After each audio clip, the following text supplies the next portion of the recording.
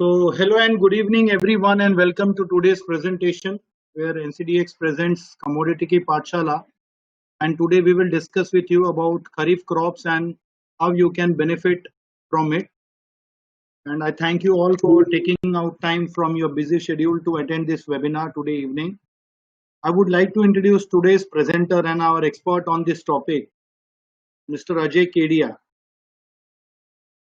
Mr. Ajay Kedia has over 15 years of professional experience and has appeared on top business media outlets like Zee Business, CNBC, etc. and is a regular speaker on Commodity Ki Pathshala, and we all love to hear from Mr. Ajay Kedia.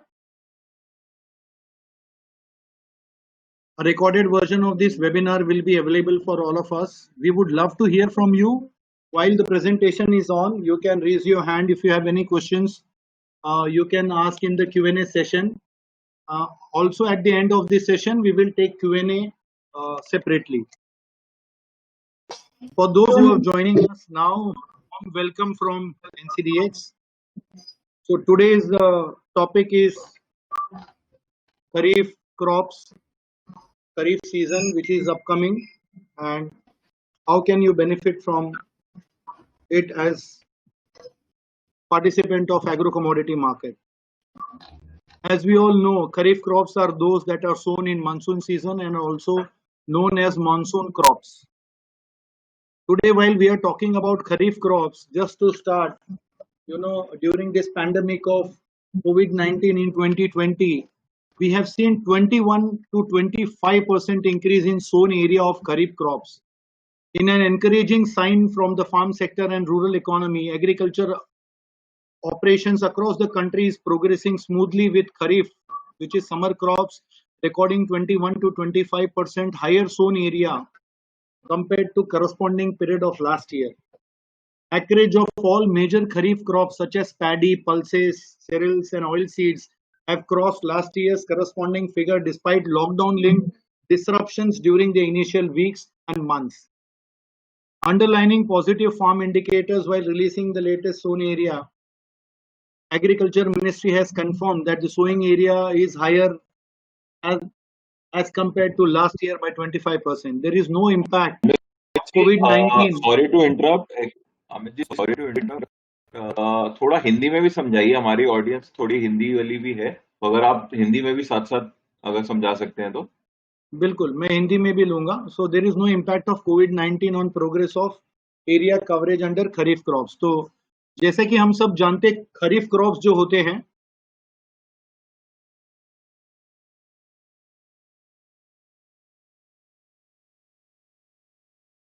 जैसे कि हम सब लोग जानते हैं कि खरीफ crops जो होते हैं ये समर क्रॉप्स होते हैं, और समर क्रॉप्स में जो भी हम बुआई करते हैं वो पिछले साल के मुकाबले अगर हम देखें तो 25% कंपेयर टू लास्ट ईयर अपनी जो बुआई हुई है वो ज्यादा हुई है. एनसीडीएक्स प्लेटफॉर्म पे जो भी खरीफ क्रॉप्स ट्रेड होते हैं वो है सोयाबीन, कॉटन, गुआर सीड, और इनके जो बाय प्रोडक्ट्स है वो है रिफाइंड सोया ऑयल, गुआर गम और कोकोड़. ये प्रोसेस प्रोडक्ट्स है जो खरीफ क्रॉप से निकलते हैं. अगर हम सोइंग की बात करें, जो बुआई होती है वो जून जुलाई होती है, सोयाबीन की, कॉटन की होती है अप्रैल से जुलाई, गुआर सीड होती है जून जुलाई. इसकी हार्वेस्टिंग जो होती है सोयाबीन की सितंबर से लेकर नवंबर तक, कॉटन की जो होती है वो अक्टूबर से दिसंबर तक, सिमिलरली गुआर सीड की जो होती है वो अक्टूबर से दिसंबर होती है. और इनका जो पीक अराइवल पीरियड होता है वो सोयाबीन का अक्टूबर से नवंबर, कॉटन का नवंबर से फरवरी और गुआर सीड का अक्टूबर से दिसंबर होता है. सो ये है हमारी खरीफ क्रॉप जो एनसीडीएक्स प्लेटफॉर्म पे ट्रेड होती हैं, और इनके जो बाय प्रोडक्ट प्रोसेस प्रोडक्ट्स है वो है रिफाइंड सोया ऑयल, गुआर गम और कोकुड़, जो एडिशनल 3 क्रॉप्स है जो एनसीडीएक्स प्लेटफॉर्म पे ट्रेड होती है. सो इन्हीं क्रॉप्स के बारे में जानने के लिए आज हमारे साथ अजय केडिया जी जुड़े हुए हैं, और कैसे खरीफ क्रॉप्स जो आने वाली खरीफ क्रॉप्स है, इन क्रॉप्स के जो डिमांड और सप्लाई होता है, जो मार्केट में हार्वेस्टिंग होगा तो सप्लाई अवेलेबल होगा, और जो इसकी जो डिमांड होती है चाहे वो प्रोसेस प्रोडक्ट की है या फिर वो अंडरलाइन मेन प्रोडक्ट की है, इसको देखते हुए आप कैसे एनसीडीएक्स प्लेटफॉर्म पे ट्रेड कर सकते हैं और इसका कैसे लाभ उठा सकते हैं, इसके लिए आज हमारे साथ हमारे स्पीकर जुड़े हुए हैं अजय केडिया जी. अजय केडिया जी, आज के सेशन में आपका हार्दिक स्वागत है. Over to you. धन्यवाद अमित जी। So first of all, thank you so much for attending this session. आज के इस सेशन में हम लोग देखेंगे कि खरीफ क्रॉप जो सामने है हमारे, उसमें कैसे हमें कुछ भी ट्रेड लेना है या क्या सिनेरियो बना रहा है, उसके क्या क्या पैरामीटर्स पे हम लोग देखकर हम आगे का व्यू ले पाएंगे। सो let's start with today session के खरीफ सीजन में क्या क्या बेनिफिट हम ले सकते हैं जो मार्केट में डेटा अवेलेबल है उसको देखते हुए। I hope my screen is visible. So let's start with today's session. First of all, thank you so much for inviting me and giving me platform NJX. मेरा नाम अजय केडिया है. My company name is Kedia Advisory. Since 2004 we are in market and almost I have done more than 125 webinar in this COVID. करीबन 125 webinar मैंने more than 125 webinar हमने अभी तक कर चुके हैं कोविड के पीरियड में। पर्पस यही है कि जो मार्केट में डेटा पॉइंट मिल रहा है उसको देखकर हम कैसे हमारा ट्रेड और अच्छा बना सकते हैं। तो आज के इसमें सेशन में हम देखेंगे वेदर रिपोर्ट क्या है, उसके हिसाब से कैसे मार्केट में मूव किया, सोइंग डेटा का हम एनालिसिस देखेंगे। बाद में हम देखेंगे क्रॉप वाइज एडवांस एस्टिमेट अभी तक खाली राजस्थान के ही आए हैं, बट ओवरऑल हम क्या है उसका ओवरव्यू वो देखेंगे। बैलेंस शीट देखेंगे कुछ इंपॉर्टेंट खरीफ क्रॉप की जो एनसीडीएक्स पे ट्रेड हो रही है, सीजनलिटी कैसे इंपैक्ट करती है, और एक सबसे बड़ा इंपॉर्टेंट है वो है ऑप्शन ऑन गुड्स, और उस पे हम कैसे हेज कर सकते हैं। अगर मैं फार्मर हूं या एफपीओ का पार्ट हूं या अगर मैं कॉर्पोरेट हूं, मुझे कुछ बाइंग करनी है तो ऑप्शन के जरिए मैं कैसे कर सकता हूं। और लास्ट में हम देखेंगे एक टेक्निकल समरी के जिस ढंग से खरीफ की सीजनलिटी क्या बता रही है, बैलेंस शीट क्या बता रही है, और वो टेक्निकली उस चीज को सपोर्ट कर रही है कि नहीं कर रही, वो हम आज के इस सेशन में देखेंगे। So let's start with weather condition. सबसे पहले तो जैसे कि हम जानते हैं वेदर काफी इंपॉर्टेंट होता है। पिछले कुछ सालों में हमने देखा है कि जो एस्टिमेट्स लगाए जा रहे हैं, इनिशियली देखा था काफी कम थी बारिश, हमने जून में जो स्टार्ट हुआ था, बट जुलाई में भी थोड़ा बहुत पिकअप किया, बट अगस्त मंथ काफी इंपॉर्टेंट था। इनफैक्ट मैं महाराष्ट्र मुंबई से बोल रहा हूँ, बट अगस्त मंथ की अगर बात करें तो पूरे 31 दिन हमने देखा, 30-31 दिन पूरा कंटिन्यू बारिश ही बारिश थी। कुछ जगह पे शॉर्टेजेस थी बट फिर एक्सेस हुई, उसका भी इंपैक्ट हमने प्राइजेस पे आते हुए देखा। हमने देखा ओवरऑल जो साउथ मानसून, अगर साउथ वेस्ट मानसून की बात करें, वो पॉजिटिव नोट के साथ स्टार्ट हुआ। ओवर एंड अबव हम बोल सकते हैं नॉर्मल रेन का सीजन इस बार रहा है। Monsoon is good and agriculture को डेफिनेटली हेल्प करेगा, और एग्री इकोनॉमी जो इक्विटी में ट्रेड करते हैं उनको भी ये समझना बहुत जरूरी है कि अगर मानसून काफी इंपॉर्टेंट होता है, चाहे हम इक्विटी में काम करते हैं चाहे कमोडिटी में काम करते हैं। तो rainfall activity has declined sharply in September. जैसे ही हम सितंबर में एंटर किए तभी हमने देखा कि रेनफॉल की एक्टिविटी काफी कम हुई। नो डाउट अलर्ट्स भी जारी किए कुछ जगह पे, बट जो मानसून हमने अगस्त में देखा था वैसा अब सितंबर में नहीं है। ठीक है, रिटायरिंग है। ओवरऑल अगर रेनफॉल की बात करें तो इट्स अराउंड 102। अगर एलपी लॉन्ग पीरियड एवरेज की अगर बात करें तो 102%, that is very much satisfactory अभी तक रहा है हमारा। खास करके अगर महाराष्ट्र कर्नाटका यहाँ पे हमने एक्सेस रेनफॉल देखे है, वेयर बाय अगर हम चार्ट के हिसाब से अगर हम देखें तो राजस्थान, मध्य प्रदेश, यहाँ पे थोड़ी बहुत डेफिशिएंसी हमने रही है। डिस्पाइट अब कुछ अलर्ट है, बारिश हुई है बट काफी जगह डैमेजेस भी हुई है। तो इन ऑल महाराष्ट्र और गुजरात यहाँ पे हमने देखा है कि काफी अच्छा एक्सेस रहा है। हमने खास करके गुजरात एरिया में लार्जर एक्सेस रहा है जो 60% एंड अबाउ बोलते हैं, जो कहीं ना कहीं कुछ डैमेजेस की भी रिपोर्ट्स आने वाले टाइम में दे सकता है।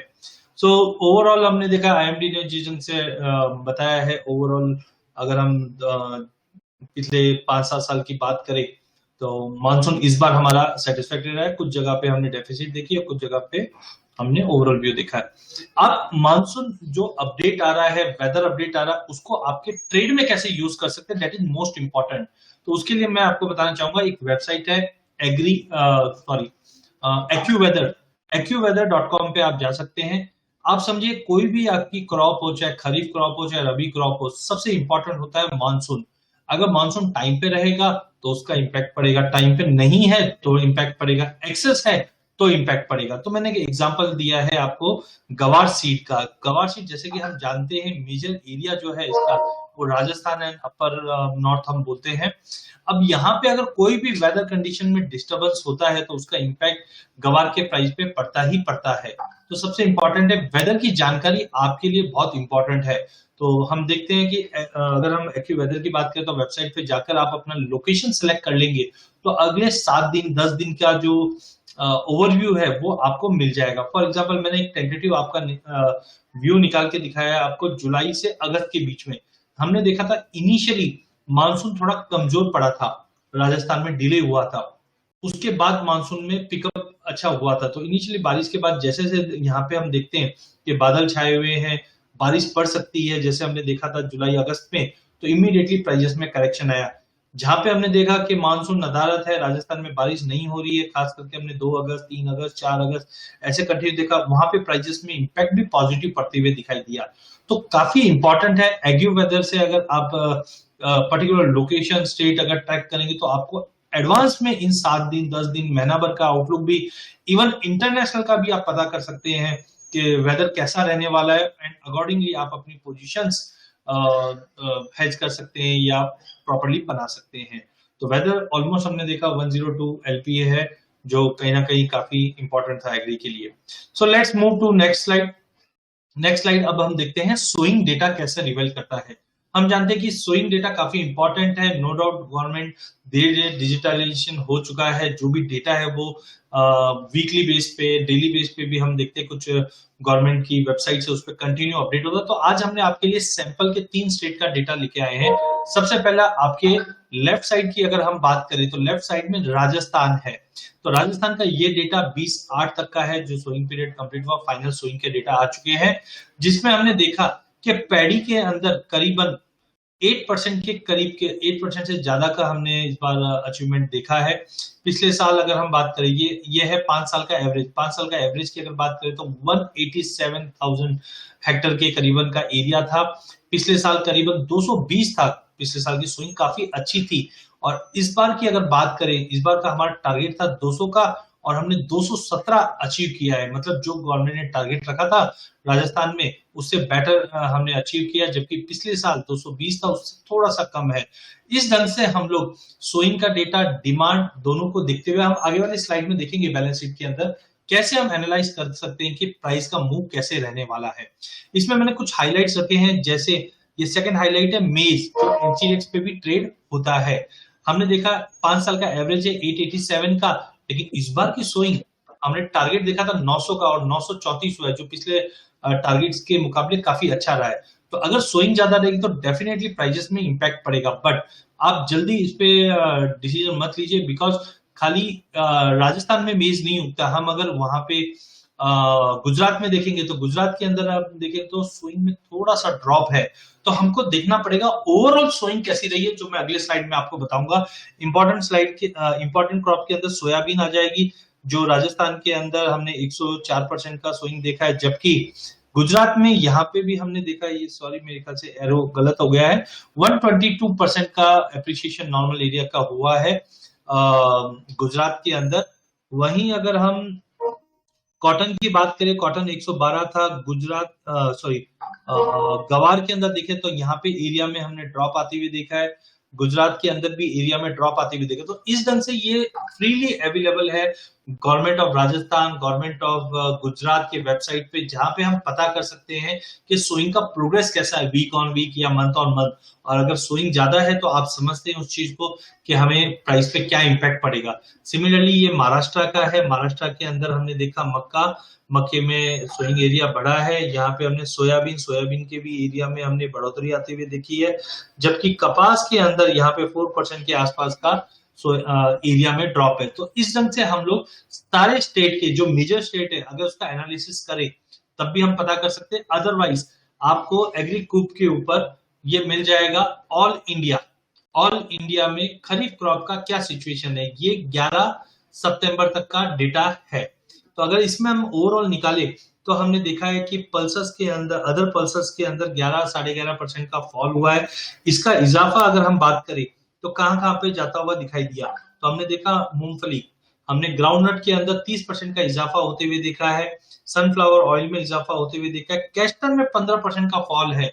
तो आप समझ सकते हैं अगर कैस्टर में फॉल है, क्योंकि पिछले साल अगर हम देखें तो कैस्टर का जो रकबा था वो करीबन 8.76 लाख हेक्टर का था, जो इस बार हमने सोइंग का एरिया देखा 7.39। तो ये करीबन अगर हम एरिया वाइज बात करें तो 1.37 लाख हेक्टर का गिरावट है। और ये एरिया बढ़ा कहाँ पे है, तो आप देख सकते हैं सोयाबीन में यहाँ पे बढ़ा हुआ दिखा रहा है, ग्राउंडनट में बढ़ा हुआ दिखा रहा है, ऑलमोस्ट ऑयल सीड्स के अंदर हमने ज्यादा बढ़ते हुए देखा है, बाजरा में बढ़ते हुए देखा है। तो इस ढंग से हम पता कर सकते हैं कि कौन सी क्रॉप का एरिया में गिरावट है, कौन से क्रॉप की एरिया में बढ़ोतरी है। तो ओवरऑल आप बहुत इंपॉर्टेंट होता है सोइंग डेटा। इसके लिंक्स मैं ऑलरेडी आपको आगे शेयर कर दूंगा, बट मुझे लगता है कि अगर ये डेटा सिंपल है एनालिसिस के लिए, और हम भी टाइम टू टाइम बताते रहते हैं आपको ये, तो जब भी आप ये एनालिसिस करेंगे तो आपको तुरंत रूप से पता चल जाएगा कि आगे का मार्केट का आउटलुक कैसा रहने वाला है। सो पहला हमने देखा वेदर कंडीशन सबसे इंपॉर्टेंट है। वेदर कंडीशन में एक्यू वेदर की वेबसाइट देखी थी, जहां पे हम पर्टिकुलर एरिया, कस्बा, डिस्ट्रिक्ट, तालुका लेवल तक हम देख सकते हैं कि अगले 7 दिन, 15 दिन, महीने भर में बारिश कैसे होने वाली है। वहीं दूसरा हमने देखा कि सोइंग डेटा, तो हर स्टेट की वेबसाइट है, उस वेबसाइट पे या एग्रीकूप पे भी आप जाओगे तो आपको ओवरऑल डेटा मिल जाएगा कि सोइंग का पैटर्न कैसा रहा है पिछले साल के मुकाबले, या 5 साल का जो एवरेज रहा है उसके मुकाबले, जिससे भी आप अपना व्यू एक ड्रॉ कर सकते हैं। Now will come to crop wise advance estimate. तो I have got only from Rajasthan. Rajasthan की बात करें तो इन्होंने पहला crop wise first advance estimate 2021 का प्रोविजनल बेस पे दिया है। अगर मैं कुछ हाइलाइट्स की अगर बात करूं खाली, तो मक्का, मेज का एरिया इन्होंने बताया है कि करीबन अगर हम बात करें तो करीबन 9,34,200 के करीब का एरिया हुआ है, जिसमें प्रोडक्शन ऑलमोस्ट अगर हम बात करें तो 17,64,704 का रहेगा। यील्ड करीबन 1889 की रही है। कैस्टर की अगर बात करें तो कैस्टर के अंदर इनका प्रोडक्शन की अगर हम बात करें तो करीबन 2 लाख के आसपास का राजस्थान एरिया का है। तो इस ढंग से हम लोग एडवांस एस्टिमेट के भी डेटा आते हैं, जो अभी आने वाले 15-20 दिनों में और आएंगे। तो जिस ढंग से हम लोग अगर एडवांस एस्टिमेट है तो हमको एक ओवरऑल आइडिया लग जाता है कि प्रोडक्शन कैसा रहने वाला है। एंड अकॉर्डिंगली अगर हम कंपेयर करेंगे पिछले साल के एस्टिमेट से या पिछले साल के प्रोडक्शन से, तो will come to know a clear idea कि आगे का सिनेरियो कैसा रहने वाला है। नाउ सबसे important part of this webinar is balance sheet. हमें बैलेंस शीट समझना बहुत जरूरी है, और ये आप समझ के चलिए कोई बैलेंस शीट मतलब ये नहीं है कि जैसे हम इक्विटी मार्केट की बैलेंस शीट देखते हैं, इक्विटी मार्केट की बैलेंस शीट देखने के लिए हमको सीए बनना पड़ेगा। बट अगर हम एग्री की बैलेंस शीट देखेंगे तो हमें सीए बनने की जरूरत नहीं है। हमें एक बेसिक अगर हम देखें उससे हमें पता चलता है। तो सबसे पहले आप समझिए कि हम इक्विटी में जब फाइनेंशियल हेल्थ देखना चाहते हैं कंपनी का, तो हम बैलेंस शीट देखते हैं। वैसे ही कमोडिटी की अगर बैलेंस शीट देखेंगे तो आपको पता चल जाएगा कि ये कमोडिटी कैसे आगे मूव करने वाला है। वैसे ही अगर बैलेंस शीट की एनालिसिस करते हैं तो हमें फंडामेंटल बेस्ड प्राइस फोरकास्टिंग मिल जाती है कि कहीं पे हमारी क्रॉप शॉर्टेज है क्या, डिमांड में कोई बढ़ोतरी हो रही है क्या, सप्लाई अच्छा है, या स्टॉक टू कंजम्पशन रेशियो कैसा है। ये सब फैक्टर्स मैं आगे आपके इस सेशन में लूंगा। वही अगर हम फंडामेंटल एनालिसिस की बात करें तो यहाँ पे हमें supply, demand and ultimately price कैसा रहेगा ये हमें पूरा पता चल जाता है। तो लेट्स स्टार्ट। हाँ, इंटरनेशनल के भी कुछ वेबसाइट्स है लाइक WSDA और USDA की रिपोर्ट्स आती रहती है, जिससे हमें पता चल जाता है कि मार्केट का आउटलुक कैसा रहेगा। So let's move to first balance sheet, that is soybean.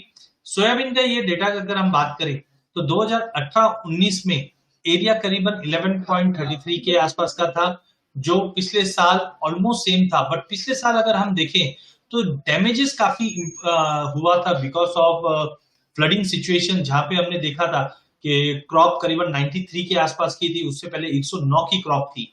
इस बार भी सिनेरियो कुछ ऐसा ही कुछ हो रहा है। हमने देखा है कि क्रॉप की एस्टिमेट हम आगे वाली स्लाइड्स में आपको बताएंगे कितने कैसे क्या है। बट ओवरऑल अगर हम देखें तो इस बार भी एस्टिमेट था कि एरिया करीबन 125-130 के आसपास का था। बट जैसे हमने पहले वाली स्लाइड्स में देखा था, अगर आप यहाँ पे देखेंगे तो सोयाबीन का अगर एरिया की अगर हम बात करें 2020-21 की, तो करीबन 121 के आसपास का एरिया इस बार का 121 लाख हेक्टर के आसपास था। पिछली बार करीबन 113 के आसपास था। तो इस बार एरिया में इंप्रूवमेंट आया है। जो परसेंटेज टर्म की अगर बात करें तो करीबन ऑलमोस्ट 7 से 8% का एप्रिसिएशन एरिया में हुआ है। तो इस बार एरिया में हुआ है और पिछली बार डैमेजेस ज्यादा था, इस बार 10 से 12% का अगर डैमेज है, तो मैं समझता हूं कि अगर क्रॉप लेट अज्यूम कि 125 के आसपास की क्रॉप है और 10% 12% का भी फॉल आता है, तो कहीं ना कहीं हमें मालूम है इस बार का जो प्रोडक्शन है वो 110 से 112, सुनने में 115 भी आ रहा है, बट मैं बोलता हूँ 112 का भी पकड़ के चलेंगे तो आप समझ करो 93 के मुकाबले इस बार हमारा क्रॉप ज्यादा है, तो आगे प्राइस का इंपैक्ट उसी के हिसाब से पड़ेगा। नो डाउट पोल्ट्री इंडस्ट्री की डिमांड में काफी ज्यादा हमने फॉल आते हुए देखा, क्योंकि पिछले साल हमने 4400-4500 के आसपास का भाव देखा, तब भी पोल्ट्री इंडस्ट्री शांत बैठी थी, और इस बार कोविड के चलते भी काफी बड़ा हिट लिया हुआ है। पाइपलाइन खाली जरूर है, बट कैश क्रंचेस काफी ज्यादा सफर हो रहा है। मतलब जो पिछले साल, अगर मैंने काफी ट्रेडर से बात की, पहले हम बोलते थे अरे 10 गाड़ी भेज दे, अभी सामने से जवाब आता सर पहले पैसा भेजो फिर गाड़ी आएगी। तो जहां पे वो 10 की कैपेसिटी से माल ले रहा था, वहां पे 1.5-2 गाड़ी 3 गाड़ी के आसपास हो रहा है, तो उसका भी एक इम्पैक्ट होगा। इस बार हम देखेंगे कि डिमांड में काफी इम्पैक्ट पड़ेगा, और ओवरऑल हमने देखा कि पिछली बार जितना भी बैलेंस शीट है उसका इम्पैक्ट अगर आप देखोगे प्राइस पे पड़ता ही पड़ता है।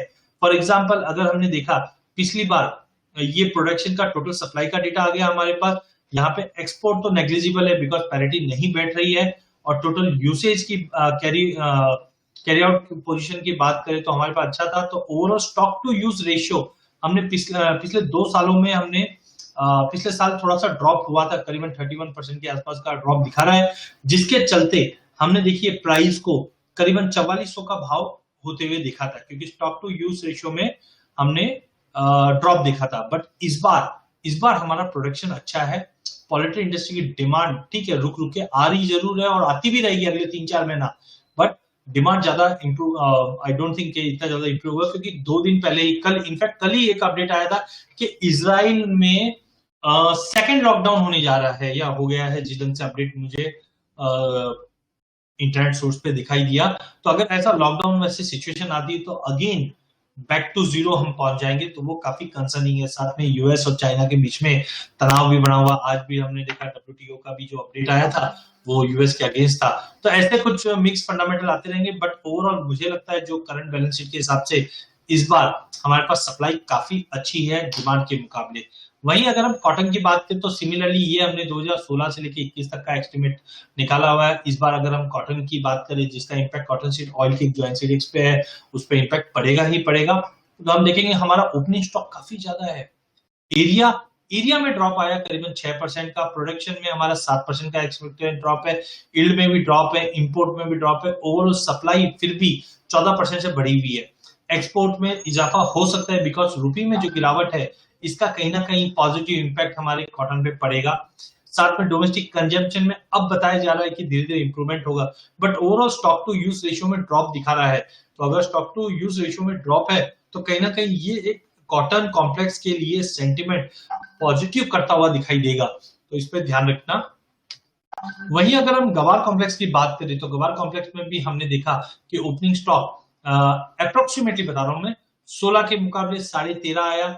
हमने देखा कि हमारा स्टॉक कम हुआ, फर्दर कम हुआ, और इस बार हमारा स्टॉक फर्दर कम हो जाएगा, जिसके चलते पहले के सालों में हमने देखा कि हमारे पास कैरी ओवर स्टॉक काफी ज्यादा था, जिसकी वजह से मार्केट में कंटिन्यू हमने दबाव बनते हुए देखा। तो एस्टिमेट बताया जा रहा है कि करीबन 5 के आसपास का इस बार हमारा ओपनिंग स्टॉक है। प्रोडक्शन एरिया हमने देखा है कि काफी बड़ा ड्रॉप लिया है, अराइवल्स अभी तक स्टार्ट होने वाले हैं, अभी तक पूरे हुए नहीं है। तो इस बार हमारे पास एरिया टोटल सप्लाई जो है उसमें थोड़ा सा हम डेफिसिट ड्रॉप देखेंगे। डिमांड में एक चीज आप समझ के चलिए कि यूएस का इलेक्शन काफी इंपॉर्टेंट रहेगा, बिकॉज जो डोनाल्ड ट्रंप की पॉलिसी रही है वो क्रूड से, या हम बोल सकते हैं यूएस के पास जो डोमेस्टिक फ्यूल है उसको बढ़ावा देने का काम किया है। अगर डोनाल्ड ट्रंप पीछे रहते हैं, अगर ऑपोजिशन अगर जीतते हैं तो कहीं ना कहीं ये गवार के लिए काफी इंपॉर्टेंट रहेगा, इस पे ध्यान रखिए। 3 नवंबर डेट है। हाँ, नो डाउट हमने लॉकडाउन के चलते हमने डिमांड में डिस्ट्रक्शन देखा है, बट अब धीरे धीरे डिमांड इंप्रूव हो रही है। और एक खास बात रहेगा एग्री मार्केट में इस बार, कि पहले हम देखते थे कि एक पर्टिकुलर मंथ में ही डिमांड आता था, but because of lack of cash flow in market अब आप देखोगे तो कंटिन्यू 2, 4, 6 महीना continue slow and steadily demand आते रहेंगे। तो ओवरऑल अगर हम पोजीशन की बात करें तो स्टॉक टू यूज रेशियो 2017-18 से अगर हम बात करें तो कंटिन्यू फॉल होते जा रहा है। इस बार भी हम एस्टिमेट लगा रहे हैं कि इसमें और फर्दर फॉल रहेगा, जो कहीं ना कहीं एनवायरमेंट बहुत बढ़िया बना रहा है गवार कॉम्प्लेक्स के लिए, तो इसके ऊपर भी आप थोड़ा सा ध्यान रखे ट्रेड कीजिए। And next one is castor. Castor में भी हमने 15-16 से का जो डेटा देख रहे हैं, तो यहाँ पे आप देखिए कैरी इन अगर हम बात करें तो इस बार हमारा कैरी इन ऑलमोस्ट अगर हम बात करें तो करीबन बढ़कर आया हुआ है 8.24 के आसपास का, जिसके चलते ऑलरेडी हमने प्राइजेस को 3400 का लेवल छूते हुए देख चुके हैं। आप देख सकते हैं राइट साइड कॉर्नर में इसका चार्ट बना हुआ है, तो यहाँ पे हमने देखा कि ओवरऑल प्राइजेस पे दबाव बन चुका है, फैक्टर इन कर चुका है। इस बार एरिया अंडर कल्टीवेशन में हम ड्रॉप देख रहे हैं, जो कहीं ना कहीं प्राइजेस को थोड़ा बहुत सपोर्ट करेगा। साथ में China would be most important because lockdown के बाद अब डिमांड बढ़ना चालू हो चुका है। एंड सेकेंडली अगर हम देखें पाइपलाइंस काफी खाली है, तो इनऑल मुझे लगता है कैस्टर में एक थोड़ा मोमेंटम बन रहा है बिकॉज ऑफ हमारा अगर नो डाउट कैरी और स्टॉक अच्छा है, बट इस बार सोइंग का एरिया जो ड्रॉप हुआ है ये कहीं ना कहीं प्राइजेस को ऑफसेट करता हुआ दिखाई देगा। और स्टॉक टू यूज रेशियो की भी अगर बात करें तो पिछले साल काफी ज्यादा बढ़ा हुआ था, डबल हुआ था, जिसके चलते ऑलमोस्ट 93% का जंप था स्टॉक टू यूज रेशियो का, जिसके चलते प्राइजेस को हमने ऑलमोस्ट अगर हम देखें 4 साल के लो पे पहुंच चुके थे हम लोग 34 के करीब। अब मार्केट में थोड़ी स्टेबिलिटी आ रही है। इस बार हो सकता है कि एरिया अंडर कल्टीवेशन में ड्रॉप है, डिमांड में थोड़ी बहुत कंटिन्यू इंप्रूवमेंट चल रही है, ये कहीं ना कहीं प्राइजेस को सपोर्ट करता हुआ दिखाई देगा। लास्ट इज मेज। मेज काफी इंपॉर्टेंट है और ऑप्शन में भी आ चुका है, तो काफी अच्छा मोमेंटम हम देख रहे हैं। पिछले साल अगर हम बात करें तो ओपनिंग स्टॉक में हमने बेतहाशा हमने गिरावट आते हुए देखे थे, जिसके चलते प्राइजेस को हमने 2100-2200 का भी लेवल छूता हुआ देखा था। बट उसके बाद हमने देखा कि स्विंग एरिया में बहुत शार्पली इंप्रूव हुआ था, क्योंकि बिकॉज दोनों सीजन में ये स्विंग होती है, तो जिसके चलते हमने प्राइजेस में एक बहुत बड़ा फॉल देखा। और सबसे बड़ा फॉल जो था हमने कोविड के पीरियड में देखा, जिसके चलते प्राइजेस ऑलमोस्ट 1200 के करीब पहुंच गए थे। बट अब हमें लगता है कि मार्केट में थोड़ा बहुत स्टेबिलिटी मिल सकती है, लेकिन अभी भी स्टॉक टू यूज रेशियो बढ़ा हुआ दिखा रहा है, जो कहीं ना कहीं बता रहा है कि we have a sufficient stock against the demand. तो थोड़ा बहुत स्टेबिलिटी रहेगी, प्राइस साइडवे ही रहेगा, ऐसा कोई एक्स्ट्रा ऑर्डिनरी बैलेंस शीट में चेंजेस नहीं आ रहा है। सो नाउ अभी तक हमने क्या देखा, पहले वेदर कंडीशन देखा, देन हमने देखा कि बैलेंस शीट क्या बता रहा है या स्विंग डेटा क्या बता रहा है, एडवांस एस्टिमेट फ्रॉम राजस्थान देखा, और बैलेंस शीट के अंदर हमने देखा कि कैसे इस ढंग से हम लोग आउटलुक निकाल सकते हैं। और बैलेंस शीट का डेटा इजीली गवर्नमेंट के वेबसाइट पे मिल जाती है। There are a number of public platform जहाँ पे ये डेटा मिल जाता है, आपको रिपोर्ट्स भी काफी रहती है, हम लोग भी टाइम टू टाइम बताते रहते हैं। इससे आपको एक ओवरव्यू मिल जाएगा कि खरीफ सीजन के अंदर आगे का सिनेरियो कैसा रहेगा। Now will start with the seasonality. Seasonality होता क्या है? सीजनैलिटी मतलब है कि आज देखो हर चीज का सिस्टम फिक्स है। आज अगर हम सोइंग की बात करें तो हमें पता है कि जून जुलाई अगस्त में कैस्टर की सोइंग होनी है, तो कोई साल में नवंबर में हो जाएगी सोइंग, नहीं, ये पैटर्न फिक्स रहता है। तो जनरली हम देखते हैं कि प्राइस का मूवमेंट कैसा रहता है। फॉर एग्जांपल मैं एक आपको बताना चाहूंगा, अगर जुलाई 2011 से अगर आप बात करोगे तो कैस्टर के अंदर हमेशा ज्यादा करके खाली 2013, 14, 15 में 3 साल में गिरावट थी, अदरवाइज पिछले 3 सालों में हम देखें तो हमेशा तेजी ही रही है। इसका रिप्लिका क्या हुआ, इस बार भी मार्केट में तेजी आई है।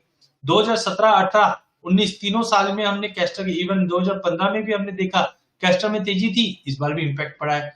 अगर हिस्टोरिकल डेटा देखेंगे तो सितंबर में हमेशा कैस्टर में गिरावट आई है, तो इस बार हमने प्राइसेस में स्टेबिलिटी देखी। आप देखिए प्राइसेस 4050 के ऊपर भी नहीं जा पा रहा था और 939 की, तो एक स्टेबिलिटी है। नो डाउट इस बार के फंडामेंटल मजबूत है तो थोड़ा बहुत चेंज हो जाएगा, बट एक आइडिया लग जाता है।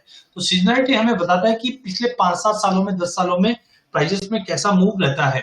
सो let's start with soybean first. अगर सोयाबीन की बात करें तो सोयाबीन में इस बार हमने देखा था कि पिछले साल हमने देखा था कि एरिया अंडर कल्टीवेशन तो ठीक था, बट डैमेजेस के चलते नवंबर दिसंबर में हमने बेतहाशा बहुत अच्छी तेजी देखी थी। बट जैसे 4400 का भाव मारा, उसके बाद हमने देखा वॉलेटाइल इंडस्ट्री की डिमांड हायर लेवल पे कोई बाइंग नहीं थी, जिसके चलते हमने जनवरी फरवरी में फॉल आते हुए देखा। और जैसे कोविड का कंसर्न था, उससे पहले ही एक्चुअली प्राइजेस में हमने एक बड़ा गोता लगाते हुए देखा था, और मार्च अप्रैल मई में हमने प्राइजेस में एक स्टेबिलिटी देखी थी जो 37-38 के बीच में थी। प्राइजेस अच्छे होने की वजह से इस बार स्विंग का एरिया बढ़ा, और स्विंग का एरिया जैसे ही हमने एस्टिमेट देखा कि इस बार बढ़ेगा, तो जून महीने में ही हमने एक बड़ी गिरावट आते हुए देखी। जुलाई में मार्केट स्टेबल था, बट अगस्त के एंड में आते आते हमने देखा कि जिस ढंग से मानसून थोड़ा सा उग्र हुआ या एग्रेसिव हुआ, जिसके चलते प्राइसेस ने फिर से 41-50 के आसपास का एक झटका मारता हुआ दिखाई दिया। बट अगर हम ये सितंबर और अक्टूबर की बात करें तो सितंबर में अभी तक हमने पिछले 2 सालों में तो तेजी देखी जरूर है, बट ओवरऑल हमने अगर 2012 से बात करें तो 2012 में 18% का फॉल, 2014 में 11% का फॉल, ऐसा फॉल ही रहा है। तो इस बार हमने एवरेज देखा है तो गिरावट का ही रुक रहा है। तो थोड़ा सा देखिए, अगर मानसून अगर नॉर्मल रहता, कुछ मेजर डैमेजेस नहीं आता है तो हम बड़ा फॉल देख सकते हैं। बट सरप्राइज ये है कि इस बार एरिया हमारा बड़ा है, प्रोडक्शन अच्छा है, डिमांड में कमजोरी, उसके बावजूद अगर सीजनलिटी देखे तो काफी मिक्स रहा है अक्टूबर में ना, बट ओवरऑल तेजी का ही रहा है। तो थोड़ा सा अक्टूबर, नवंबर, दिसंबर में इस बार कोविड के चलते चेंजेस रहेगा, बट सितंबर में ना जनरली देखते हैं हम लोग ओवरऑल अगर हम पिछले 8 साल के एवरेज निकाले तो गिरावट के साथ ही रहा है।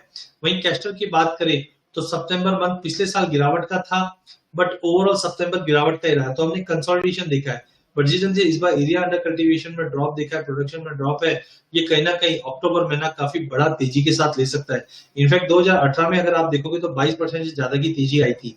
तो हमें लगता है कि थोड़ा सीजनलिटी इस बार चेंज रह सकता है कोविड के चलते, और डिमांड जो इम्प्रूवमेंट रहेगी वो सब अगले 4 महीना सभी एग्री के लिए स्टडी डिमांड रहेगी। हल्दी में देखिए सीजनलिटी कितनी अच्छी दिखा रही है। सितंबर में हमेशा सितंबर में हल्दी में गिरावट आया, एक साल भी ऐसा नहीं रहा जिसमें गिरावट नहीं है। तो आप ध्यान रखिए, सितंबर की गिरावट लेने के लिए अच्छा है, क्योंकि इसके आगे आप देखिए अक्टूबर में नो डाउट हमने 2012-13 में थोड़ा बहुत फॉल देखा है, बट उसके बाद हमने कंटिन्यू तेजी देखी। तो ऑलमोस्ट अगर हम बात करें तो अक्टूबर, नवंबर, दिसंबर तेजी का रहा। और इस बार ध्यान रखिए कि हल्दी कोविड के अंदर एक तरह से इम्यून बूस्टर का काम कर रही है, जो कहीं ना कहीं एक एक्स्ट्रा डिमांड निकाल के जाएगी। तो पिछले 3 महीने से हमने देखा जून, जुलाई, अगस्त में एक बेतरसा अच्छा रिटर्न दे रही है। तो सीजनलिटी भी बता रही है कि सितंबर एक अच्छा मौका रहेगा आपको पोजीशंस बनाने के लिए, जो अक्टूबर, नवंबर, दिसंबर में एक तेजी का रुख बन सकता है। वहीं गवार की बात करें तो सितंबर में हमेशा गिरा है पिछले 3 साल में। तो इस बार भी आप देखिए, जैसे हमने सितंबर में एंट्री की, गवार में गिरावट का रुख रहा है। आज भी हम देखें तो आधे पौने % की गिरावट के साथ ही बंद हुआ है। तो सितंबर हमेशा गिरावट भरा रहा है, बट इस गिरावट में लेना चाहिए, क्योंकि अक्टूबर, नवंबर ज्यादा करके हमने लोअर लेवल से बाइंग फिर से लौटती हुई देखी। इस बार कैरी ओवर स्टॉक हमारा कमजोर है काफी, और जो कमजोर हाथ है वो हायर हाउस में निकलते हुए दिखाई दिए है। तो ओवरऑल हमें लगता है कि सितंबर की गिरावट में गवार कॉम्प्लेक्स काफी अच्छा रहेगा लेने के लिए। एंड लास्ट चीज मेज है। मेज के अंदर आप सीजनलिटी देखें तो काफी मिक्स रहा है, बट ओवरऑल लगता है सितंबर में मार्केट साइडवेज रहेगा। बट अक्टूबर, नवंबर, दिसंबर हमेशा पिछले 4-5 सालों में हमने देखा है कि प्राइसेस में 3-3.5% की तेजी आती हुई है। तो this is the right time to procure. अगर आपको लेना है, देखकर आप पोजीशंस बना सकते हैं। ऑप्शन के जरिए भी आप पार्टिसिपेट कर सकते हैं। विद दिस हम सीजनलिटी के बाद अब आ जाते हैं हमारे फाइनल काउंटडाउन में, जिसका नाम है ऑप्शन ऑन गुड्स। एनसीडीएक्स ने ऑप्शन ऑन गुड्स करीबन 7 कमोडिटी पे लॉन्च किया है, एंड ओवरऑल काफी अच्छी चीज है। आप देखिए इक्विटी में जिस ढंग से हमने ऑप्शंस आने के बाद पार्टिसिपेशन भी काफी बढ़ता हुआ देखा है। तो इन ऑल मीनवाइल मैं सभी से रिक्वेस्ट करूंगा, हमने एक पोल क्वेश्चन आपको पोलिंग में रखा है, तो आप सबका व्यू काफी इंपॉर्टेंट और मायने रखता है। तो please do participate in this poll question, जो अभी हमने वेबिनार के दौरान पोस्ट किया है। प्लीज पार्टिसिपेट कीजिए उसमें। तो ऑप्शन ऑन गुड्स की अगर बात करें तो काफी अच्छा एक गेम चेंजर हम बोल सकते हैं एग्री मार्केट में। जिस ढंग से हमने काफी टाइम पहले देखा एक ग्रीन रेवोल्यूशन हुआ था, वैसा ही आई थिंक एक बेंचमार्क या एक नया माइलस्टोन हम देखेंगे, जो एग्री डेस्क के द्वारा और साथ में ऑप्शन ऑन गुड्स के द्वारा इस बार एग्री में दिखाई देगा।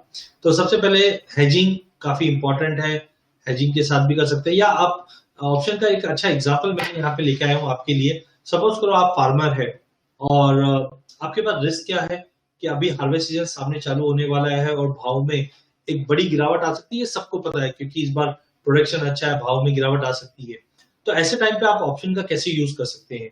आप क्या कर सकते हैं, आप एक एटीएम मतलब करंट भाव का, लेट से सोयाबीन की अगर हम बात करें तो 3,900 के करीब का भाव चल रहा है, तो आप अभी से 3,900 का एक पुट ले लीजिए। इससे होगा क्या, आपने 3,900 में आपका माल बेच दिया एक तरह से। अगर भाव नीचे चले जाते हैं तो आप समझ के चलिए आपको उसमें बेनिफिट आ ही रहा है, क्योंकि आपका माल 3,900 में बिक गया। तो हार्वेस्टिंग के टाइम पे लेट से प्राइजेस 3600 भी आ जाते हैं तो आपका माल तो 3,900 में बिक चुका है, क्योंकि जैसे जैसे भाव नीचे आएगा पुट की वैल्यू बढ़ती जाएगी और आपका जो भी स्पॉट में भाव नीचे आए उसको मेकअप कुछ हद तक करने के लिए पुट सक्षम रहेगा। या दूसरा तरीका है, ये थोड़ा सा हम प्रोफेशनल वे में बताएंगे कि जिनको ऑप्शन समझ में आता है, आप हायर साइड का ऑप्शन बेच भी सकते हैं। अगर इनके सपोज आपको लगता है कि भाई मैं मेरा प्रोडक्शन 4100 रुपए में बेचूंगा, 4100 रुपया बहुत बढ़िया लेवल है, इसके ऊपर नहीं मिलेगा, तो आप 4100 रुपए का कॉल राइट कर दीजिए। अब होगा क्या, इनकेस अगर प्राइस ऊपर चले जाता है तो आप उसको एग्जीक्यूट कीजिए, डिलीवरी दे दीजिए, आपका माल बिका हुआ है। और नीचे आ जाता है तब भी आपका माल 4100 में बिक गया। मतलब at any point of time आप चाहे बायर हो चाहे सेलर हो, आप अपनी पोजीशन बना सकते हैं। सपोज आप बायर हो, भाव चल रहा है 3,900, अगर आपको लगता है मार्केट में तेजी आने वाली आगे, आप सीधा कीजिए एटीएम का कॉल ले लीजिए। एटीएम मतलब होता है at the money, at the money मतलब जो करंट भाव चल रहा है उस भाव का आप ऑप्शन ले लीजिए। इससे फायदा क्या होगा आपका, कि आपका जो रिस्क है वो खाली प्रीमियम का ही रिस्क रहा आपका। इनकेस मार्केट में कोई बड़ा फॉल आ भी जाता है तब भी आपको इंपैक्ट नहीं पड़ेगा, खाली प्रीमियम का पड़ेगा। और भाव नीचे आ भी गया आपका तो प्रीमियम का लॉस है, लेकिन आप समझिए आपको जो प्रोक्योरमेंट करना है वो आप लोअर लेवल पे आराम से ले सकते हैं। सिमिलरली लोअर स्ट्राइक का आप पुट राइट कर सकते हैं। इससे होगा क्या, सपोज आप बोलते हैं कि भाई मुझे तो 3500 के भाव में ही सोया लेना है, आप 3500 का पुट बेच दीजिए। अगर प्राइसेस नीचे आ जाती जैसा आपका व्यू है 3500 3600 वॉट एवर यू फील, तो वहां पे आप एग्जीक्यूशन हो जाएगा, आपको आपका माल मिल जाएगा। तो there are a number of strategy as per your requirement, as per your risk apatite.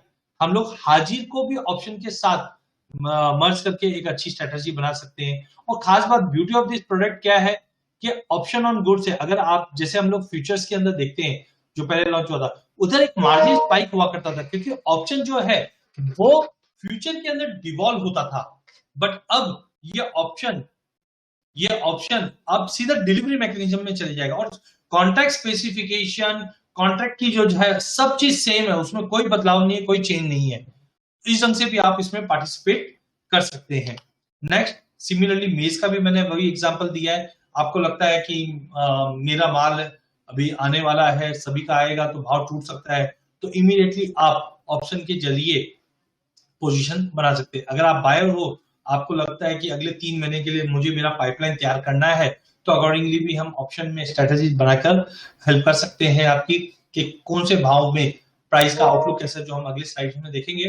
Accordingly उसके हिसाब से हम लोग ऑप्शन के अंदर पोजीशंस बनाकर चल सकते हैं। सिमिलरली गवार काफी एक्टिव है और इसमें डेफिनेटली इस बार कुछ अच्छा काम हो सकता है, तो आई वुड डेफिनेटली रिक्वेस्ट कि आप एक बार इसके ऑप्शंस को देखिए और जरूर इसमें काम कीजिए। Now on our final part will start with the technical charts. Technical charts में सबसे इंपॉर्टेंट हो जाता है एग्रीडेस्क। एग्रीडेस्क जैसे आज आप रोज टीवी देखते हैं, आप देखते हैं अरे एसजीएक्स निफ्टी ऊपर है या निफ्टी ऊपर चल रहा है, बीएसई सेंसेक्स ऊपर चल रहा है, नीचे चल रहा है, तो आपको एक ओवरव्यू मिल जाता है। निफ्टी 100 पॉइंट ऊपर है तो आप समझ जाते हो आज तो मार्केट ऊपर होने वाला है। डाउजोन ऊपर है तो आज तो मार्केट ऊपर आएगा, नेस्डेक नीचे है तो आज तो आईटी सब नीचे जाएंगे। तो सिमिलरली अभी तक जब से कमोडिटी मार्केट स्टार्ट हुआ, हमारे पास एब्सेंट था ऐसा कोई इंडेक्स, हमें एक एक कमोडिटी देखनी पड़ती थी। बट अब एग्रीडेस्क आ चुका है, हम देखकर पता कर सकते हैं, हम बता सकते हैं कि एग्री मार्केट में हो क्या रहा है। फॉर एग्जांपल अगर आप देखेंगे तो अगस्त मंथ में ही एग्रीडेस्क में ये इचिमिको का क्लाउड है। इचिमिको के क्लाउड ने पहले ही बता दिया था कि एग्रीडेस्क में तेजी का रुख रहेगा, साथ में आरएसआई पॉजिटिव था। ये मेरा चॉपी इंडिकेटर है। ये सारे जो चार्ट है ये एनसीडीएक्स के एन चार्ट पे भी अवेलेबल है, आप कांटेक्ट कर सकते हैं, एन चार्ट्स पे भी ये मिल जाएंगे आपको। तो मीनवाइल हमने एक पोल पे क्वेश्चन रखा है, 2020-21 के लिए सोयाबीन की एमएसपी क्या होगी? 3880, 3399, 3710 और 3100। तो प्लीज आप सभी से रिक्वेस्ट है इस पे पार्टिसिपेट कीजिए। सो चॉपी इंडिकेटर क्या बताता है? चॉपी इंडिकेटर बताता है मार्केट में वॉलिटिलिटी आएगी कि नहीं आएगी, या मार्केट सुस्त रहने वाला है। तो आप देखिए जैसे ही चॉपी इंडिकेटर नीचे आना चालू हुआ, इमीडिएटली प्राइस के कैंडल के साइज देखिए बढ़ना चालू हो गया, इमीडिएटली मोमेंटम बढ़ गया। सिमिलरली मैकडी भी मेरे को पॉजिटिव क्रॉसओवर दिखा रहा था, जिसके चलते मार्केट में एक पॉजिटिव का रुख बना। तो आप समझ के चलिए अगस्त मंथ से ही इसने पॉजिटिव सिग्नल दिया था। बीच में गिरावट जरूर आई, बट प्राइसेस आप देखिए क्लाउड के नीचे नहीं गया, एक ट्रेंड लाइन बन गई है और अभी भी ऊपर चल रहा है। थोड़ा बहुत पुलबैक दिखा रहा है, बट क्लाउड के ऊपर रहने की वजह से एग्रीडेस्क में तेजी का रुख है। अगर एग्रीडेस्क में तेजी का रुख रहेगा तो आप समझ के चलिए जो कमावेश में 10 कमोडिटी उसमें भी मोटा मोटी तेजी का ही रुख रहेगा। तो इस ढंग से भी आप खरीफ क्रॉप में या कोई भी एग्री में एग्रीडेस्क देखकर भी पोजीशंस बना सकते हैं। अब आ जाते हैं सोयाबीन। सोयाबीन का चार्ट काफी वोलेटाइल दिखा रहा है। हमने प्राइसेस के अंदर मार्च महीने के अंदर एक लो बनते हुए देखा 3280 के करीब का, और वी शेप रिकवरी होते हुए देखा हमने प्राइसेस के अंदर फिर से 3900 तक का लेवल देखा। उसके बाद प्राइसेस कंसोलिडेशन मोड में था। एज ऑफ नाउ हमने जो डैमेजेस रिपोर्ट होते हुए देखा, जिसके चलते प्राइसेस में एकाएक उछाल आया जो 4120 4150 तक का लेवल दिखा दिया। अब यहां से प्राइसेस में थोड़ा सा डाउन ट्रेंड दिखा रहा है। Technically no doubt other indicator देखेंगे तो कहीं ना कहीं संकेत मिल जाएंगे आपको कि प्राइसेस में दबाव आने वाले दिनों में बढ़ सकता है। और क्रॉप पोजीशन हमने देखा है बैलेंस शीट को लेकर, स्विंग का डेटा देखते हुए, सीजनैलिटी को देखते हुए, जो कहीं ना कहीं संकेत देता है कि अगर 3800 का लेवल अगर सोयाबीन निकल जाता है तो रेस्ट आपके सामने है चार्ट, और आप भी सीजनैलिटी और बैलेंस शीट जो देखे, फंडामेंटल्स देखे, उसके हिसाब से आप पोजीशनिंग बना सकते हैं। वहीं अगर हम सोया रिफाइन की बात करें तो ये मैंने एक हार्मोनिक पैटर्न आपके लिए रखा है। यहाँ पे हमने देखा कि जनरली हार्मोनिक पैटर्न की जो सेकंड मंथली कैंडल अगर बनती है नेगेटिव में तो डेफिनेटली एक सेलिंग प्रेशर बनता है। बीच में हमने प्राइसेस में दबाव भी देखा है। तो एज ऑफ नाउ 920 का एक फेयर प्राइस है, 910 920 के आसपास इसमें एक अलर्ट आया हुआ है। तो एटलीस्ट ये कहीं ना कहीं दर्शाता है कि काफी हाई लेवल है, यहाँ पे बाइंग नहीं करना चाहिए अनलेस एंड अनटिल इमीडिएट पहला जो रेजिस्टेंस था वो 920 के आसपास का था, वो अब तोड़ चुका है। और पिछला जो था वो दिसंबर का हाई था। तो जब तक 950 के ऊपर नया हाई नहीं मारता है, पॉसिबिलिटी है कि एक ट्रेंड रिवर्सल आ सकता है। तो हार्मोनिक एक वेव थियरी के ऊपर चलता है जो कहीं ना कहीं एडवांस में आपको एक अलर्ट दे देता है। और हो भी सकता है जिस ढंग से एडिबल ऑयल के भाव बढ़े हैं और अब क्रूड ऑयल के प्राइसेस में जिस ढंग से फॉल आ रहा है, कहीं ना कहीं बायो फ्यूल की जो डिमांड की वजह से जो चला है, ये कहीं ना कहीं पाम ऑयल को बाकी कमोडिटीज पे भी दबाव ला सकता है। Next is cotton seed oil cake. Cotton seed oil cake भी इस बार काफी अच्छा मोमेंटम रहा है और काफी इंपॉर्टेंट, क्योंकि देखिए आप समझिए जब वॉलेटिलिटी होती है कमोडिटीज के अंदर तो सबसे इंपॉर्टेंट होता है हेज करना। बिना हेज किए काम करना थोड़ा रिस्की हो जाता है। तो यहाँ पे भी अगर हम बात करें तो क्लाउड अभी भी रेड कलर में है, 200 डे मूविंग एवरेज के नीचे भाव चल रहा है। अनलेस एंड अनटिल 1980 के ऊपर या 2000 के ऊपर प्राइस नहीं निकलता है, प्राइसेस साइडवे टू नेगेटिव रहेगा। हाँ, बट डाउन साइड भी रेस्ट्रिक्टेड दिखा रहा है। जो इमीडिएट सपोर्ट तो 1720 बन चुका है। अब नया सपोर्ट ये देखेंगे तो लोअर हाई पैटर्न में बना हुआ है, जो अब 1800 का एक बेस बन चुका है। तो एक बार 1920 के ऊपर 1980 के ऊपर या 2000 के ऊपर निकलता है तो हम एक नई तेजी देख पाएंगे, जो हो सकता है 2300 2400 तक का भी लेवल दिखा दे। स्ट्रक्चर का चार्ट पे थोड़ा बहुत सपोर्टिव दिखा रहा है। वहीं कैस्टर की अगर बात करें तो कैस्टर में एक कप एंड हैंडल पैटर्न बना है। आप देख सकते हैं ये पीला कलर का एक कप बना हुआ है, और जनरली देखा जाता है कभी भी कप मतलब मार्केट में गिरावट आई और मार्केट में यू शेप रिकवरी आई, प्राइजेस के अंदर स्टेबल रहा जो कप के हैंडल की तरह है, और जैसे प्राइस कप का हैंडल तोड़ देगा मार्केट में एक बड़ा उछाल आ जाएगा। या 200 डे ईएमए जो स्ट्रॉन्ग रेजिस्टेंट था 4130 के ऊपर, तो जब प्राइसेस 4130 का लेवल तोड़ देगा तो हम यहां से एक बड़ा उछाल देख पाएंगे जो 4280 या 4480 का भी लेवल दिखा दे। इनफैक्ट आज एक ब्रेकआउट दे भी दिया है प्राइसेस ने, जो 4190 का लेवल दिखा दिया है, जिसको हम बोलेंगे गोल्डन क्रॉसओवर। क्योंकि ये देखिए 50 डे ईएमए कोशिश कर रही है पूरा तरीके से कि 200 डीएमए को तोड़े। तो गोल्डन क्रॉसओवर जब भी आता है तो एक नया सर्कुलर बुल रन की तरह मार्केट मूव करता है, क्योंकि ये डेली चार्ट है। तो यहाँ पे हम देख सकते हैं कि ओवरऑल आरएसआई भी पॉजिटिव में है, सीसीआई थोड़ा सा साइड में दिखा रहा है, जबकि मैकडी अब पॉजिटिव में आ चुका है आज के दिन। तो overall castor head and shoulder pattern cup and handle pattern बना हुआ है। इचिमिको भी अगर देखें तो ग्रीन क्लाउड में है, मतलब प्राइस क्लाउड के ऊपर है, तो बड़ी तेजी के लिए तैयार है। बाकी आप देखिए सिमिलरली गवार में भी एक, टू बी वेरी फ्रैंक, मैंने एग्री के 15-20 चार्ट ऐसे देखे जिसके अंदर कप एंड हैंडल पैटर्न बना। मस्टर्ड का बात बताता हूं मैं, मस्टर्ड में भी हमने इसी ढंग से मूव देखा था। अगर आपको ध्यान हो तो 4850 या लेट से 4900 का लेवल प्राइजेस ने छुआ। फिर ये देखिए सामने है आपके चार्ट कि ये करीबन सितंबर मंथ की बात है जो 4400 का भाव छुआ था प्राइजेस के अंदर। और यहां से सॉरी ये गवार का चार्ट है, सॉरी मस्टर्ड में भी ऐसा ही हुआ था। मस्टर्ड का चार्ट अगर हुआ तो मैं आपको शायद शेयर करूंगा। तो गवार का अगर हम देखें तो पिछले साल हमने 4400 का लेवल देखा। अब प्राइजेस देखिए राउंड बॉटम बना हुआ है, एक इनिशियल फॉल दिया, अब धीरे धीरे प्राइजेस ऊपर आ रहा है जो इमीडिएटली मुझे लगता है 4400 का एक रेजिस्टेंस बनेगा। और प्राइजेस 200 डे ईएमए के ऊपर पहुंच चुका है। आरएसआई टर्निंग पॉजिटिव है। वॉलेटिलिटी तो हो चुकी है बट सीसीआई अब पॉजिटिव आ चुका है। मैकडी में थोड़ी बहुत वीकनेस थी बट अभी भी ये पॉजिटिव में है जो कहीं ना कहीं संकेत दे रहा है तेजी का। तो अगर ये developing cup and handle pattern अगर कंप्लीट हो जाता है और प्राइस 4400 के ऊपर निकल जाता है तो आप समझ सकते हैं 4980 5400 ऐसे कुछ टेक्निकल लेवल्स है जो हम देख पाएंगे।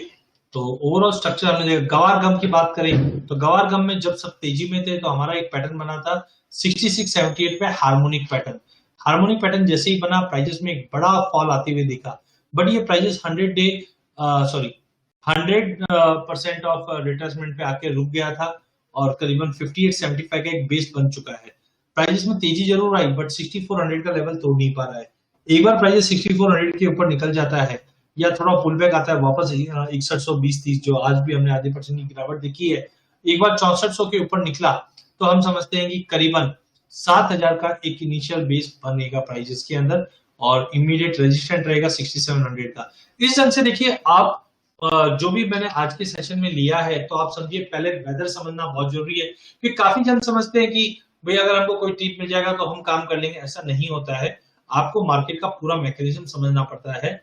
इजी नहीं है, थोड़ा बहुत समझ के ट्रेड करेंगे तो डेफिनेटली प्रॉफिट बनेगा या अच्छा ट्रेड बनेगा या अच्छा लेवल्स पे आपका परफॉर्मेंस रहेगा।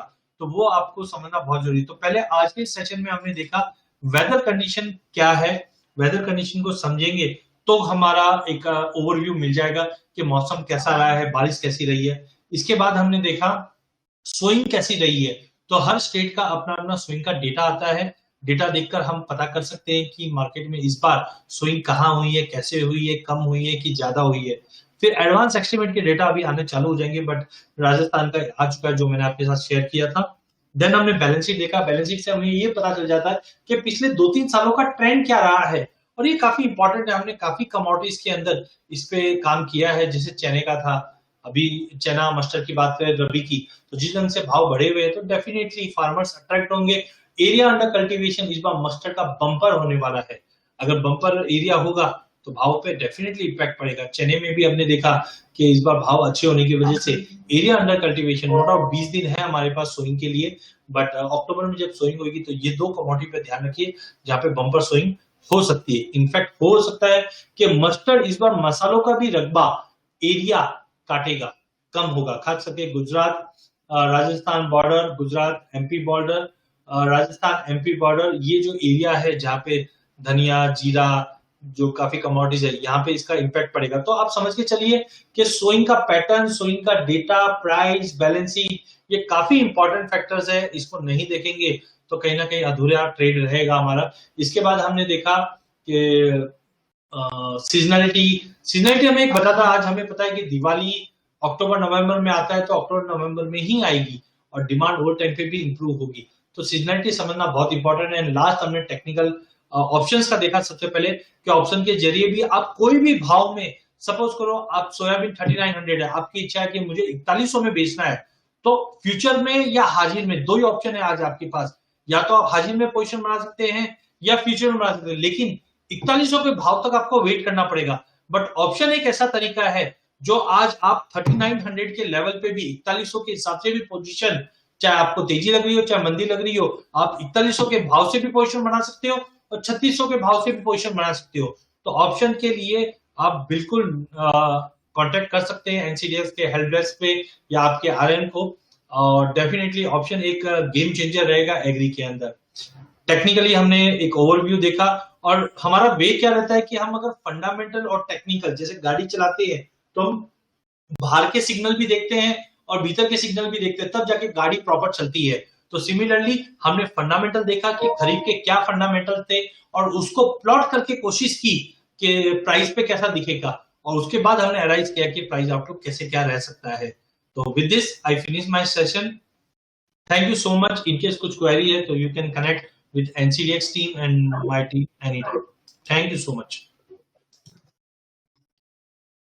Thank you Ajay ji for a very wonderful session. I think आपका जो सेशन था वो काफी बेहतरीन तरीके से आपने डिजाइन किया हुआ था, where we cover fundamentals, where we cover showing का data, balance sheet, technical, you know, everything was covered. We saw monsoon related impact, equity में जैसे बैलेंस शीट होता है, कमोडिटी को अपने जैसे इतने इजीली रिलेट कर दिया। तो आई थिंक ये हमारे पार्टिसिपेंट्स के लिए काफी बेहतरीन साबित हुआ है। धन्यवाद। तो coming to Q&A session, Ajay ji,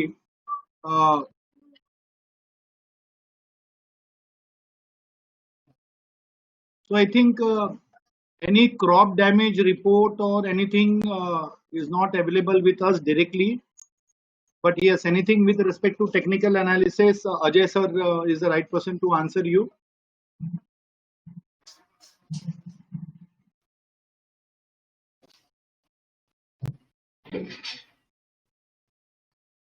So I think apart from answers of our poll, apart from that, we don't have any specific query, Ajay ji, today evening from the participants here. Somebody is asking technical analysis of green, gram and sesame. So maybe, you know, you can connect with Ajay ji directly for technical analysis of sesame seeds. कौन कौन सी commodity option में available है? So option में मक्का है, गेहूं है,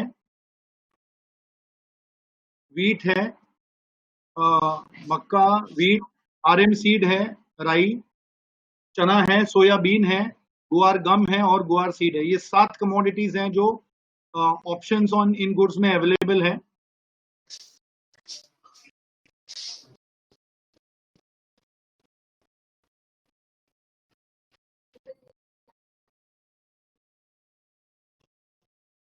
Ajay sir, any view on green gram?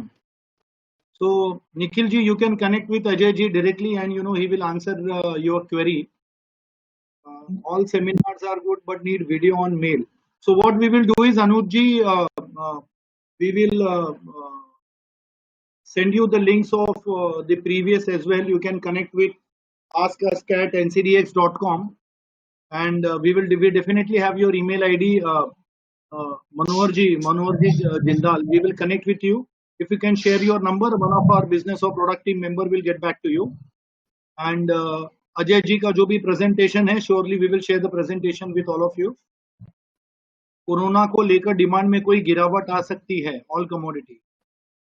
So maybe Ajay ji, if you want to answer this. Yeah, sure. देखिए, market में थोड़ा सा भ्रम ऐसा है कि कोरोना की वजह से डिमांड में ड्रॉप आ सकती है। डेफिनेटली देखिए, जो हमने मार्च, अप्रैल, मई, जून में देखा उसका इम्पैक्ट। अब पहला चीज है, गवर्नमेंट भी समझ गई है कि लॉकडाउन कोई सॉल्यूशन नहीं है, तो धीरे धीरे हमने सब अनलॉकडाउन देखा है। इस बार डिमांड का एक नया तरीका हम देखेंगे जो पिछले 5-7 सालों में कभी नहीं देखा है। पहला चीज क्या है, मार्केट में हमने जैसे पोल किया, देखा तो कैश कंसेंस बहुत ज्यादा है। इसकी वजह से होगा क्या, जो पहले बल्क बाइंग होती थी वो अब स्टेयर बाइंग हो जाएगी। तो हम सितंबर ऑनवर्ड देखेंगे, सितंबर, अक्टूबर, नवंबर, दिसंबर, तो थोड़ा कंटिन्यू डिमांड चलता रहेगा, जिसके चलते मुझे लगता है पूरे एग्री में धीरे धीरे डिमांड चलता रहेगा। और कोई बड़ा जो शार्प फॉल की मार्केट में बातें चल रही है कि डिमांड नहीं है, वैसा कुछ नहीं होगा, क्योंकि पाइपलाइन पूरी खाली पड़ी है। तो ओवरऑल इस बार डिमांड का जो पैटर्न है वही पूरा चेंज हो चुका है। तो मुझे लगता है खास करके मसालों की अगर बात करें तो उसमें मुझे लगता है कि कंटिन्यू अगले 4-5 महीना थोड़ा करके डिमांड कंटिन्यू चलेगा। ये बहुत ही अच्छा रहेगा इंडियन मार्केट के लिए भी और एग्री कमोडिटीज के लिए कि एक साथ कोई बड़ी डिमांड नहीं रहेगी। कैश कंसेंस के चलते कोई स्टॉक करना नहीं चाहता, जितना लिमिटेड चाहिए उतना ही लेंगे। इसके चलते अगले 6 महीने तक कंटिन्यू मुझे लगता है कि एग्री के अंदर थोड़ा करके डिमांड कंटिन्यू रहेगा। अजय जी, और एक क्वेश्चन है, will crude oil going down in future that will impact other oil segments like CPO or refined soy oil? बिल्कुल, क्योंकि लास्ट ईयर हमने नवंबर में देखा था कि मलेशिया, इंडोनेशिया ने बायोफ्यूल्स के ऊपर काफी काम किया था, और वो करना जरूरी क्यों था? क्योंकि क्रूड के प्राइसेस तेजी के थे। अब जिस ढंग से हम देख रहे हैं कि क्रूड के प्राइसेस $40 के नीचे बिल्कुल ट्रेड कर रहे हैं, इनफैक्ट मार्च महीने में हमने जीरो भी होते हुए देखा था। तो ओवरऑल मुझे लगता है अभी जिस ढंग से नया डेटा आया है जो बता रहे हैं कि 2019 का जो लेवल है उसको पाने में हमें अगले 1.5-2 साल और लग जाएंगे। तो ये कहीं ना कहीं बड़ा कंसर्न है क्रूड की डिमांड को लेकर, और मुझे लगता है क्रूड अगले, अगर अपन 6 महीने की बात करें तो बिल्कुल ये $45 के नीचे अभी दिखा रहा है, जो नीचे में $30। अगर क्रूड ही सस्ता है तो बायोडीजल की डिमांड में इतनी जल्दी इंप्रूवमेंट नहीं आएगी, और ये कहीं ना कहीं बड़ा नेगेटिव फैक्टर रहेगा सीपीओ के प्राइसेस में। अगर सीपीओ के प्राइसेस में बड़ा फॉल आया तो इसका इंपैक्ट रिफाइंड सोया ऑयल और बाकी ऑयल्स में भी पड़ेगा। तो I think I am not so much bullish. हाँ, पहले जरूर मैं एक्सपेक्ट कर रहा था, वो ऑलरेडी हमने फैक्टर इन कर लिया है, but my personal view is कि अगले 3-4 महीनों के अंदर जो ऑयल के प्राइसेस बड़े जंप से होल्ड कर रहे हैं वो अब नहीं करेंगे, क्योंकि बायोफ्यूल का जो पिछले साल हमने इम्पैक्ट देखा था वो इस बार नहीं रहेगा। तो थोड़ा सा स्टे कॉशियस है। ये एडिबल ऑयल में I think options are quite big, हमारे पास ऑप्शन काफी ज्यादा है, तो ये स्कैटर्ड हो जाएगा डिमांड, तो कोई बड़ा जंप आई डोंट थिंक के सीपीओ में जो आना था वो आ चुका है। Rest I think prices should correct as we move to year and.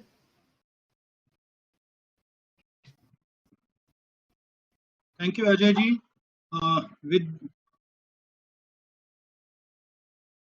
Castor को लेके अजय जी का व्यू प्लीज।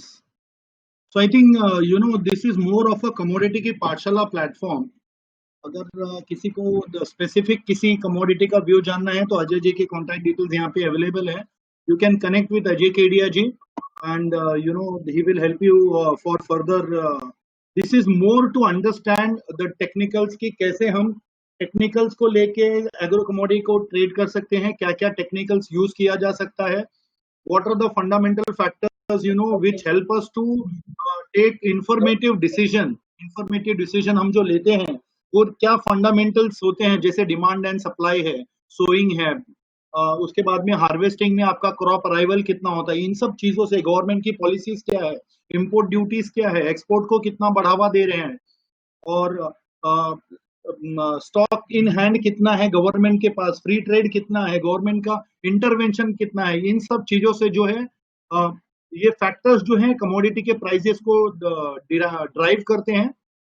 और पर्सनल लेवल पे अगर आप एक टेक्निकल एनालिस्ट की अगर राय चाहते हैं किसी भी कमोडिटी पे, आप पर्सनली उनसे कनेक्ट कर लीजिए, वो आपको बता देंगे।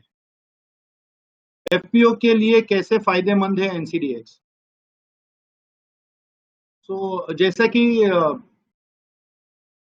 अजय जी ने बताया कि एफपीओ, अगर कोई फार्मर है, किसी को अपना माल जो है वो हेज करना है, तो वो हेज कैसे कर सकते हैं? जैसे कि ऑप्शन एंड गुड हमने बताया, अगर कोई एफपीओ है उनका रिस्क क्या है? Falling of prices. अगर हार्वेस्ट सीजन जैसे ही शुरू होता है उस वक्त क्या होता है, जितने भी किसान होते हैं वो सब अपना माल मार्केट में, मंडी में उसको बेचने के लिए आ जाते हैं। जब वो बेचने के लिए आते हैं तो जो अराइवल है, कमोडिटी का अराइवल है, तो कमोडिटी के अराइवल से जो है इम्पैक्ट आता है प्राइजेस के ऊपर, चाहे वो इम्पैक्ट ऊपर हो या नीचे हो। तो फार्मर के लिए सबसे बड़ा जो रिस्क होता है वो फॉलिंग ऑफ प्राइजेस होता है जैसे ही हार्वेस्ट सीजन शुरू होता है। उसके लिए अगर कोई फार्मर या एफपीओ अगर वो एट द मनी का पुट ऑप्शन बाय करते हैं तो उसमें क्या होता है, वो एक अपने प्राइस को इंश्योर्ड कर लेते हैं। प्राइस को इंश्योर्ड करने का मतलब, सपोज व्हीट का एग्जांपल ले ले, या सोयाबीन का एग्जांपल ले ले कि सोयाबीन 4,000 रुपए का अगर किसान को लगता है कि मुझे 4,000 मिलना चाहिए, वो 4,000 का स्ट्राइक प्राइस पे जो भी प्रीमियम होगा वो उतना प्रीमियम एक इंश्योरेंस के प्रीमियम के तौर पे वो एक्सचेंज पे बाय करेंगे और वो अपने प्राइस को लॉक कर लेंगे।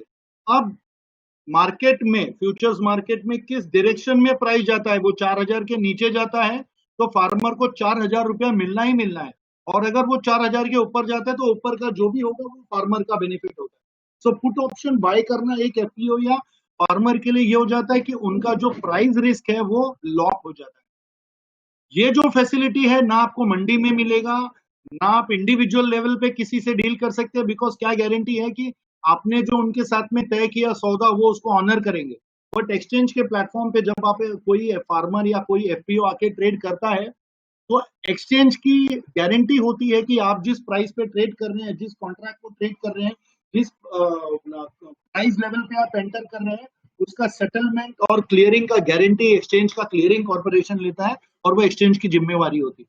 इसी तरीके से एफपीओ और फार्मर का बेनिफिट होता है एक्सचेंज वेयर हाउस पे जुड़ने के लिए।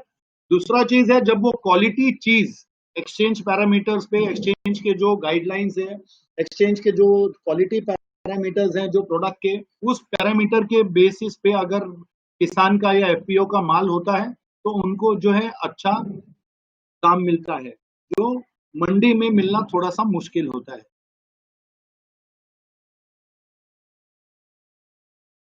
तो मनोहर जी का क्वेश्चन है, if we buy soybean 3450, how put option help? So Ashish, would you like to answer?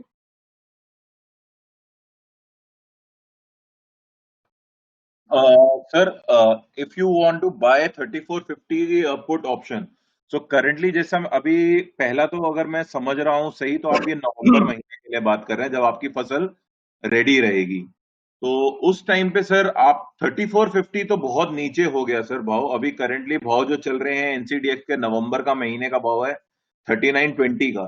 तो आपको मैं सजेस्ट करूंगा आप 3900 का पुट खरीदिए, उसका जो प्रीमियम जो भी रहेगा तो आपको एक तरीके का वो प्रीमियम, छोटा सा प्रीमियम देके आपका 3900 का प्राइस आपका लॉक हो गया। उसके बाद वो आपके माइंड से आप मतलब वो कहते हैं ना डर निकल गया। उसके बाद आप निश्चिंत हो सकते हैं क्योंकि आपका वर्स्ट केस में अगर कुछ भी हो जाए, भाव भाव उसके बाद 3000 आ जाए, 2000 आ जाए, बट आपको लॉस नहीं होगा। आपको वो 3900 का पूरा पैसा आपको मतलब जो है वो आपको 3900 पे आपको एग्जीक्यूशन मिलेगा। तो ये 3450 आपने सर थोड़ा कम करके बोला है, अभी आप 3900 का पुट आप बाय कर सकते हैं। विजय जी का क्वेश्चन है, ये कॉल पुट के थोड़ा कंफ्यूजन है, इसके बारे में बताएं। विजय जी, आप अपना नंबर ड्रॉप कर दीजिए हमारे बिजनेस डेवलपमेंट टीम से। आप जिस रीजन में होंगे हमारे बिजनेस डेवलपमेंट मैनेजर मैं आपसे बड़े छोटे शब्दों में सर को थोड़ा एक्सप्लेन कर देता हूं। सर ऑप्शन कुछ भी नहीं है, आपका एक तरीके का इंश्योरेंस है। आप जैसे कोई भी अपना बीमा कराते हैं ना, सिमिलरली अपने फसल का आप बीमा करा रहे हो और उसके लिए एक छोटी सी प्रीमियम देते हो जिससे कि आपका जो प्राइस का रिस्क है वो आपका बच जाता है। आपको फिर प्राइस की चिंता, जैसे हम बीमा कराते हैं अपनी सेहत का कराते हैं या अपनी जिंदगी का कराते हैं, लाइफ बीमा जिसको बोलते हैं, उसमें आपको फिर चिंता नहीं करनी होती है, फिर कोई और थर्ड पार्टी होती है जो आपकी चिंता करती है। सिमिलरली इस केस में एक छोटा सा प्रीमियम भरना है आपको। आपको अगर जैसे अगर आपको अपनी प्राइस का ये लगता है कि मेरा भाव मेरे को यहाँ पे लॉक करना है और मेरे को नीचे अगर चला गया तो मेरे को नुकसान होगा, तो उस केस के लिए अपने नीचे वाले भाव ना जाए, उसको सिक्योर करने के लिए, उसको सुरक्षित करने के लिए आप छोटा सा प्रीमियम देके अपना पुट खरीद सकते हैं। उसको कहते हैं पुट ऑप्शन, जिसमें आपका जो भाव है वो नीचे के भाव सुरक्षित हो जाते हैं। उसी तरह से अगर कोई तेजी में बैठा है जिसको ऊपर की चाल लग रही है कि भाव बढ़ सकते हैं, उनके लिए रहती है कॉल ऑप्शन। तो अगर अगर मैं सही समझ रहा हूं, जैसे कि आप पुट अभी जैसे डिस्कशन चल रहा था, तो अभी आपको बेटर ये रहेगा कि आप पुट खरीदिए 3900 पे, जिससे कि आपका नीचे का जो भी भाव है वो सारे सुरक्षित हो जाएंगे। अगर भाव गिरते हैं तो आपको कोई नुकसान नहीं होगा।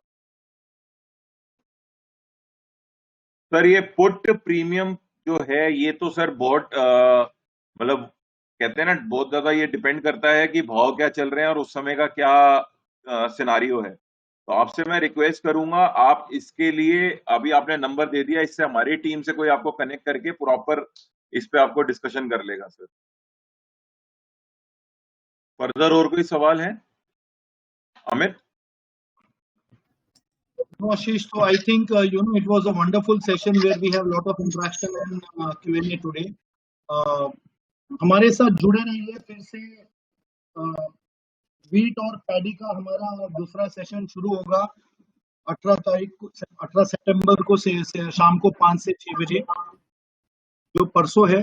और उसके बाद हम वीकेंड पे एक ऑप्शंस ऑन गुड्स का एक फिर से सेशन रखेंगे मार्केट पार्टिसिपेंट्स के लिए, ताकि जिसको भी ऑप्शन इन गुड्स को कैसे ट्रेड करते हैं, क्या प्रीमियम होता है, ऑप्शन क्या होता है, कॉल क्या होता है, पुट क्या होता है, ये इसके ऊपर हम चर्चा करेंगे और इसके ऊपर अवेयरनेस और नॉलेज देने की कोशिश करेंगे। सो जुड़े रहिए, स्टे ट्यून टू कमोडिटी की पाठशाला which is powered by NCDEX, and many thanks to our today's presenter mister Ajay Kedia ji. And Ajay ji, मैं तहे दिल से आपका शुक्रिया करूंगा on behalf of everyone present on this webinar today evening.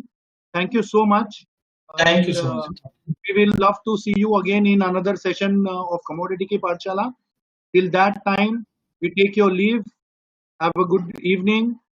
Stay safe. Take care of yourself. Thank you so much. Thank you so much. Thank you.